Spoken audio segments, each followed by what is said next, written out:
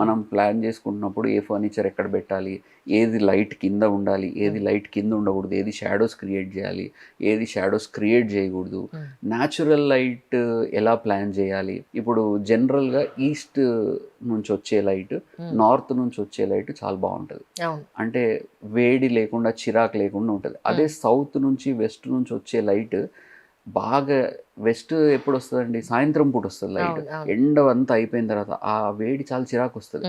అదే ఈస్ట్ అనుకోండి కూల్లో, అంటే ఒక ఎర్లీ మార్నింగ్ వస్తుంది కదా, ఆ లైటింగ్ అది మంచిగా ఉంటుంది. సో ఇవన్నీ ప్లాన్ చేసుకోవాలి. వెస్ట్ నుంచి వస్తున్న లైట్ అనుకోండి, డార్క్ కర్టన్స్ వేసి క్లోజ్ చేసేస్తాం.